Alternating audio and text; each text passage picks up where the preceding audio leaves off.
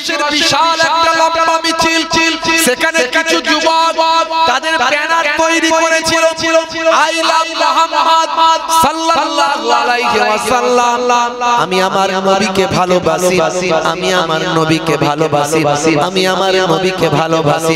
হে তরুণ যুবকেরা, হে আমার মুরব্বিয়ানেরা, এই কথাটা লেখার জন্য অনেকগুলো যুবকদের উপর, বেশ কিছু যুবক ছেলেদের উপর সেখানকার প্রশাসনে এফআইআর করা হয়েছে, অর্থাৎ কেস করা হয়েছে, মামলা করা হয়েছে।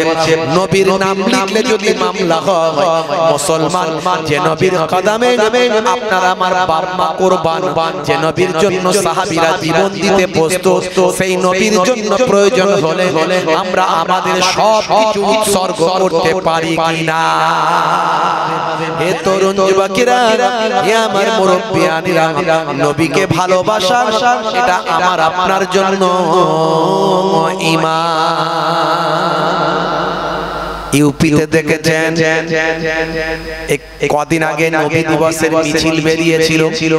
নবী দিবসের মাসে অনেক শান্তি সম্প্রীতির মিছিল বের হয়, সেই মিছিল থেকে নবীজির বাণী মানুষের কাছে পৌঁছে দেয়, সেই মিছিল থেকে পানি ফুল মিষ্টি বিলি করা হয়, সেখান থেকে শান্তি সম্প্রীতির বার্তা দেওয়া হয়। আবার অনেক মিছিল বের হয় যেগুলোতে ডিজে বাজায়, নাচ গান করে, ড্যান্স করে, এমন মিছিল আছে না নাই?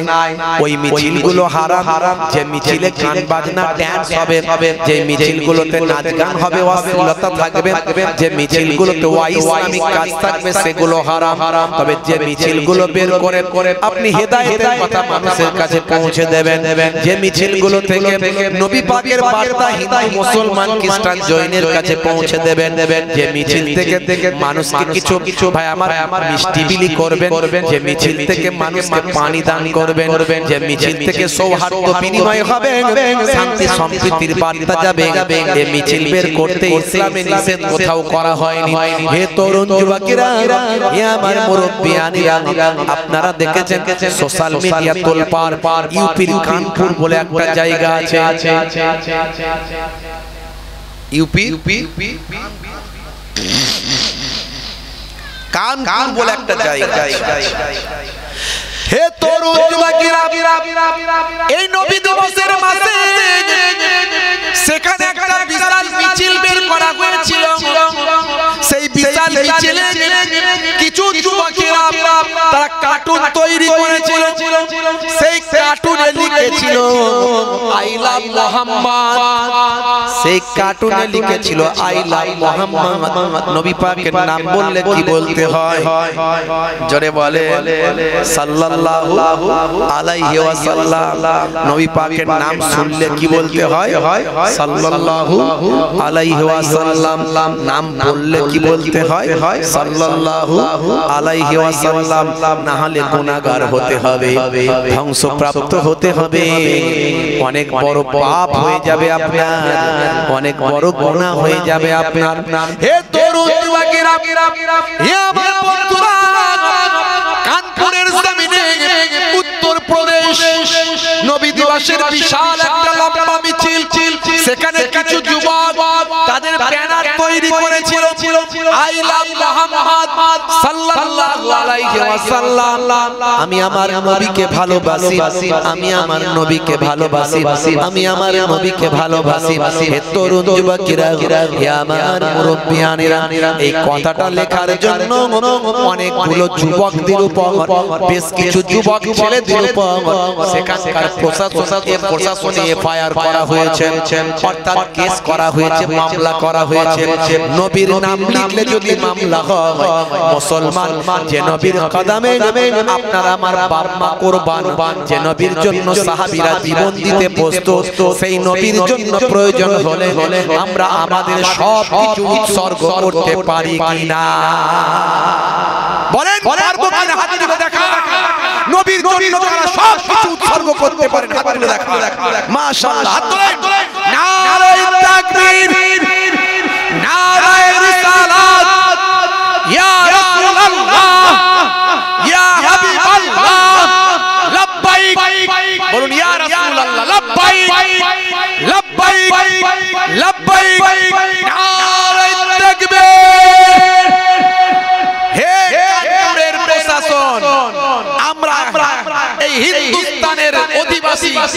এই ভারতের বাসিন্দা, এই দেশের নাগরিক, পশ্চিমবঙ্গের বাসিন্দা, আমরা I love Muhammad, I love Muhammad সাল্লাল্লাহু আলাইহি ওয়াসাল্লাম একবার নয় হাজার বার বলবো।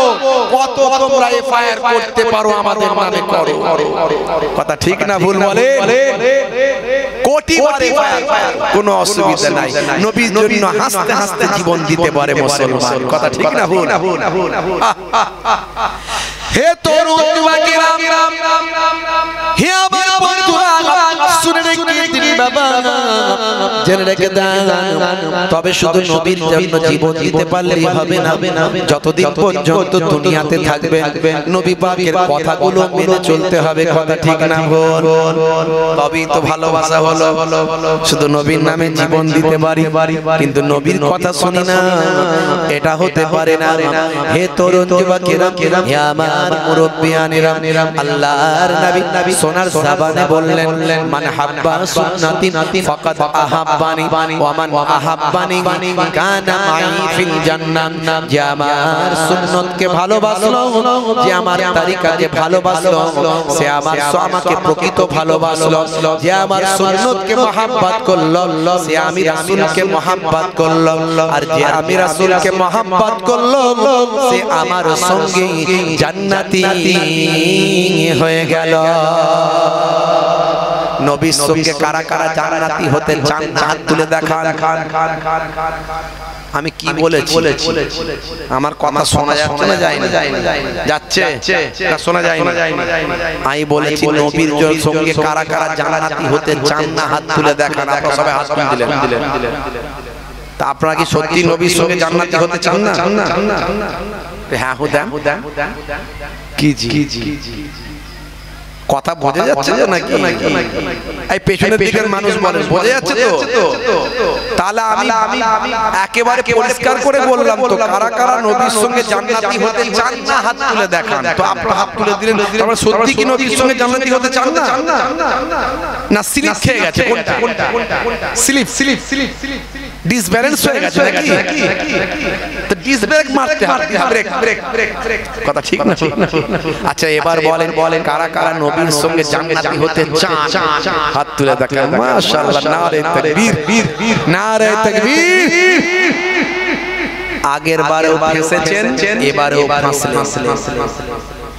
আগের বারটা তো ফাঁস ফেসেছিলেন, আর এবারও বলবে হুজুর এবারে কেমন করে ফাঁসলাম? হ্যাঁ এবারও নবী কি বলেছে? আমার সঙ্গে এমনি জান্নাতি হয়ে যাবে। কি বলেছে?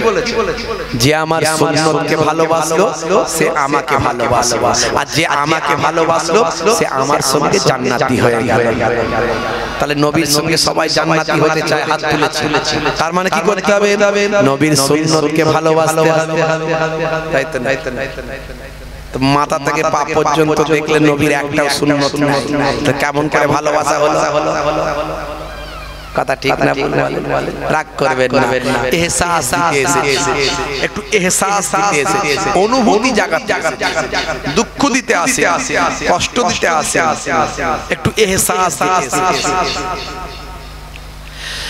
হে তরুণ যুবকেরা, হে আমার বন্ধুরা, হে আমার মুরব্বিয়ানেরা, শুনে রেখে দিন বাবা,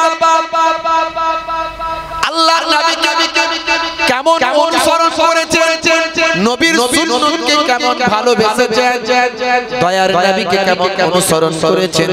হে তরুণ যুবকেরা, ভাইরা আমার, আমি অনেক নাম বলেছি, ইন্টারনেট সার্চ করবেন, এরকম অনেক নাম আমার বলা আছে ইন্টারনেটে। হে তরুণ যুবকেরা, 20-30 হাজার বক্তব্য আমার আছে, ছুটে বেড়াচ্ছে 20-30 হাজার বক্তব্য ইন্টারনেটে আমার ছুটে বেড়াচ্ছে। আমি সেখানে অনেক বিজ্ঞান সম্মত উদাহরণ তুলে ধরেছি, অন্তত কমপক্ষে কিছু কম বেশি অর্ধশত উদাহরণ তুলেছি। বিজ্ঞানের সঙ্গে কোরআন মাজিদকে কম্পেয়ার করেছি। আমি কোরআন মাজিদকে বিজ্ঞানের সঙ্গে কম্পেয়ার করে দেখানোর চেষ্টা করেছি। পৃথিবীর বড় বড় কথার পণ্ডিতদের উদাহরণগুলো আমি তুলে ধরার চেষ্টা করেছি। মিস্টার রিচমন্ডের কথা বলেছি, মিস্টার ব্রেইলের কথা বলেছি, মিস্টার জোসেফের কথা বলেছি, গ্যারি মিলার জেনিফারের কথা বলেছি। হে তরুণ যুবকেরা, হে আমার বন্ধুরা, হে আমার মুরব্বিয়ানেরা, শুনে দেখে হে মুসলমান, আমি উদাহরণ দিয়েছি কেসিয়াসিয়ালের, আমি উদাহরণ দিয়েছি টাইসানের, আমি উদাহরণ দিয়েছি মাইকেল জ্যাকসনের, আমি উদাহরণ দিয়েছি মেসুত ওয়াজিলের, আমি উদাহরণ দিয়েছি জুনায়েদ জামশেদের, আমি উদাহরণ দিয়েছি হাসিম আমলার, আমি উদাহরণ দিয়েছি মঈন আলী খানের, আমি উদাহরণ দিয়েছি আসিফ খান রকির। এরকম পৃথিবীর বড় বড় সেলিব্রিটির উদাহরণ দিয়েছি। হে তরুণ যুবকেরা, তারা কেমন বিশ্ব নবীর শিষ্য হয়েছে। আপনি আজও দেখবেন হাসিম আমলা যখন মাঠে ক্রিকেট মাঠে যখন পানি খান, হাঁটু গেড়ে বসে পানি করেন। আসলে নবী বলেছেন যখন পানি করবে বসে পানি করো। তাই তারা বসে পানি করে বিশ্বের মানুষের কাছে নবীর সুন্নতটা পৌঁছে দেয়। হে তরুণ যুবকেরা, হে আমার বন্ধুরা, আল্লাহর নবী 1450 বছর আগে বলেছেন, বাবা কি বললেন, যখন তোমরা ঘুমাতে যাবে তখন তোমরা রাতের বেলা লাইটটা বন্ধ করবে, অন্ধকারের মধ্যে ঘুমাবে। আমার আল্লাহ কোরআন মাজিদের ভিতরেও বললেন, ওয়াজআলনাল লাইলা লিবাসা, আমি আল্লাহ তোমাদের জন্য রাতকে পোশাক বানিয়েছি। হে তরুণ যুবকেরা, রাতকে আল্লাহ পোশাক বানিয়েছে। পোশাকের কাজ হলো শরীরকে ঢাকা রাখা, অর্থাৎ আমার আল্লাহ রাতকে বানিয়েছেন আপনাকে ঢেকে রাখার জন্য। আল্লাহর নবী ডাইরেক্ট বললেন, রাতের বেলা যখন ঘুমাবে তখন তোমরা রাতের বেলা লাইটটা আলোটা বন্ধ করে ঘুমাবে। হে তরুণ যুবকেরা, হে আমার মুরব্বিয়ানেরা, সারা পৃথিবী আজকে তোলপাড়, কোরআনের কথা শুনে মানুষ অবাক হয়ে যায়, নবীর হাদিসের কথা শুনে মানুষ অবাক হয়ে যায়। 1450 বছর আগে সে সময় তো কোনো প্যাথোলজি ছিল না, সেই সময় তো কোনো বৈজ্ঞানিক তথ্য ছিল না, সেই সময় তো কোনো টেকনোলজি ছিল না, সে সময় নাসায় গবেষণা হয়নি, সে সময় মানুষ ইসরোতে গবেষণা করেনি, সেই সময় চাঁদে চন্দ্রযান যায়নি, মঙ্গলে মঙ্গলযান যায়নি, স্টেথোস্কোপ, ব্যারোমিটার, থার্মোমিটার ছিল না, ভাই আমার আল্ট্রাসাউন্ড, ইসিজি মেশিন সেই সময় ছিল না। হে তরুণ যুবকেরা, আল্লাহর নবী বললেন, রাতের বেলা যখন ঘুমাবে লাইটটা বন্ধ করে দাও। কোরআন মাজিদেও তাই বলা হলো, রাতকে তোমাদের জন্য পোশাক বানিয়েছি। 1450 বছর কেটে গেছে, স্বাস্থ্য বিশেষজ্ঞরা ডেভেলপমেন্ট করেছে, বিজ্ঞানের উন্নতি হয়েছে। আজকের যুগের গবেষণায় পাওয়া যাচ্ছে মানুষের মাথা থেকে 5 ধরনের হরমোন নিঃসৃত হয়। কথা বোঝা যাচ্ছে তো নাকি? কারা কারা বুঝতে পারছেন একটু হাত তুলে দেখান তো দেখি। বোঝা যাচ্ছে? ক্লিয়ার তো? মাথা থেকে 5 ধরনের হরমোন নিঃসৃত হয়। সায়েন্স বলছে, বিজ্ঞান বলছে, স্বাস্থ্য বিজ্ঞানীরা বলছে, বিশেষজ্ঞরা বলছে, মানুষ যখন গভীর আচ্ছন্ন থাকে আর ঘরটা যদি অন্ধকার হয়ে থাকে, মানুষ যদি অন্ধকারের ভিতরে গভীর আচ্ছন্ন থাকে, চোখ যদি ব্রেনকে সিগন্যাল দেয় অন্ধকারের ভিতরে আছে, চোখের নার্ভ বলে দেয় যে অন্ধকারের ভিতরে আছে, তখন ব্রেন যখন সিগন্যাল পেয়ে যায় যে অন্ধকারের ভিতরে আছে এবং ওই ব্যক্তি গভীর ঘুমে আচ্ছন্ন আছে, অন্তত ঘুমের 2 থেকে 3 ঘন্টা পর মাথার পেছন সাইড থেকে একটা স্পেশাল হরমোন বের হয়। মেডিকেল সায়েন্সকে জিজ্ঞাসা করবেন, তারা জানে এই স্পেশাল যে হরমোনটা বের হয়, এই হরমোনটার নাম হলো মেলাটোনিন হরমোন। এই মেলাটোনিন হরমোনটা মাথার পেছন সাইড থেকে বের হয়ে রক্তের সঙ্গে মিশে যায়। এই হরমোনটার কাজ কি জানেন? এই হরমোনটার কাজ হলো শরীরকে ক্যান্সারের মতো জীবাণু থেকে প্রোটেক্ট করা, রক্ষা করা। জোরে হবে না? আজকের বিজ্ঞানীরা অবাক। 1450 বছর আগে নবী বলছেন রাতের বেলা যখন ঘুমাবে অন্ধকারে ঘুমাবে। কোরআন বলছে রাতকে তোমাদের জন্য পোশাক বানিয়েছি। আর আজকে নবীর কথার সঙ্গে মিলে যায়। তাই তো কেসিয়া স্কেলের মতো মানুষ, টাইসান গ্যারি মিলারের মতো মানুষ। ফ্রান্সের বড় বিজ্ঞানী নাম হলো ডক্টর মরিস বুকাইলি।